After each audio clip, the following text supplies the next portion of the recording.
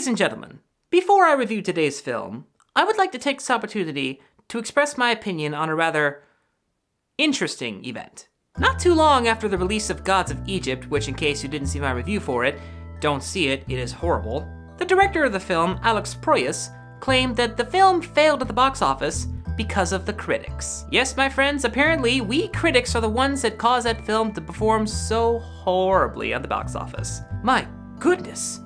I couldn't have imagined that we critics who have a passion for movies and love the arts as a whole could have had anything to do with its poor box office performance. I mean, it couldn't have had anything to do with the lack of three-dimensional characters, the horrible special effects, and the incredibly lazy writing, right?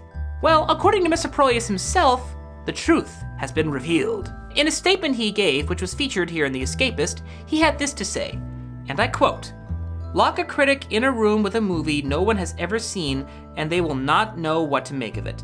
Because contrary to what a critic should probably be, they have no personal taste or opinion, because they are basing their views on the status quo.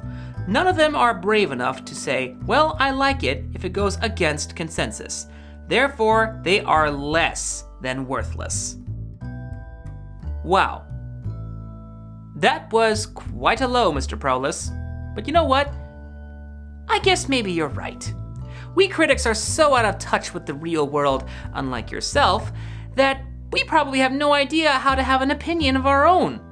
For example, I don't know if my opinion about you should be a failed artist, or a falling great artist, or just simply a person who's misunderstood. However, whatever else people may choose to call you, I'd say given your long time of working in primetime Hollywood, you must be a professional. Now, I am also a professional, and as a professional, I would never stoop so low as to insult you, Mr. Proyas. I have the opportunity to do so, but I won't. I mean, I could choose to depict you on the show like this.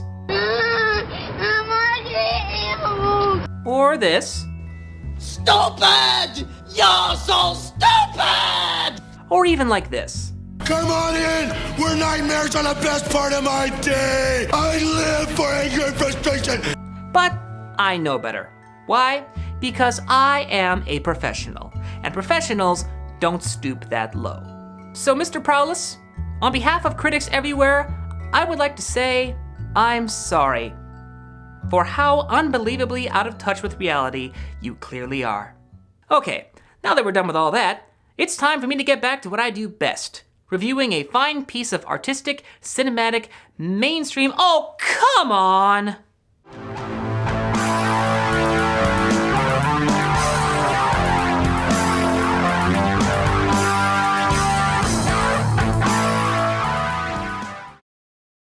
Back in March of 2013, director Antoine Fuqua made a little film called Olympus Has Fallen, which was basically Die Hard but set in the White House. It starred Aaron Eckhart as the President of the United States, Morgan Freeman as Vice President, and Gerard Butler as the super-duper toughest-nails Secret Service agent who was the only guy capable and available to save the president. It was an action film that had a really good idea but wasn't executed very well in my opinion.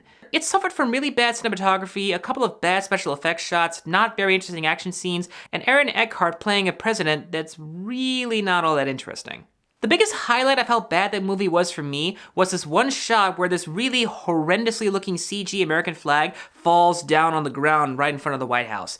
It was just such a bad effect that really shouldn't have affected how I felt about the rest of the movie, but it kinda did. Now, one of the things you often hear me say on the show is that I often say that a movie has a really good idea but wasn't executed well, and sometimes I really wish I could have seen it executed better. Well, in this case, I did. Because less than 3 months later, another movie with the same premise came out called White House Down, directed by Roland Emmerich, and it was significantly better. All the action scenes are beautifully shot, beautifully made, and beautifully executed. The cinematography is a whole lot better. Channing Tatum and Jamie Foxx have great on-screen chemistry. The jokes are genuinely funny, and the narrative is a lot smarter and has a stronger overall impact. So naturally, with this movie obviously being better and more popular, and this one being less than stellar, you would think that this one would get its sequel. But it didn't. Instead, we got this one. Now, I'm just gonna flat out say, I didn't mind it. I didn't think it was horrible, it was still enjoyable to a degree, but I don't understand why it needed to be a sequel, and not really its own thing. I mean, honestly, if we just changed some of the character names, maybe recast some of the people, it could have very easily been a totally different movie, not needed to be related to be something else. But instead, because it's still technically a sequel, it's not as interesting as it could have been. The story follows the same two characters from the first movie attending a funeral for the Prime Minister of England in London, which also happens to be an event that all the world leaders are attending. But it turns out that the funeral was a ploy for a trap, and a big, massive, highly organized terrorist group is now taking this opportunity to kill all the world leaders and plans to kill the American president on television. So it's Die Hard 3, but set in London and without Samuel L. Jackson. Hey, he makes everything good.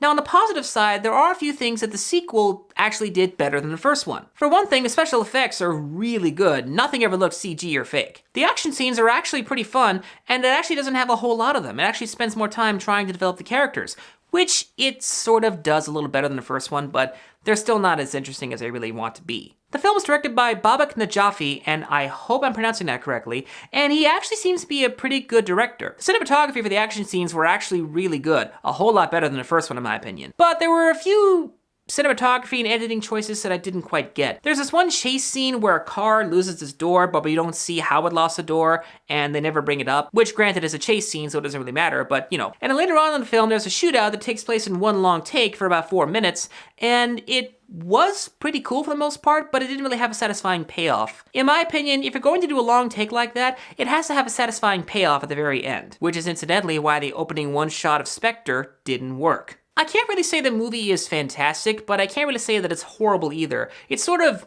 smack down the middle. Mediocre isn't really the word I want to use, but it is arguably the most accurate word. So my best recommendation is, if you've already seen Deadpool and Zootopia, yeah, go ahead and give it a shot.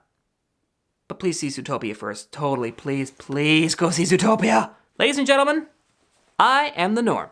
Thank you all for watching.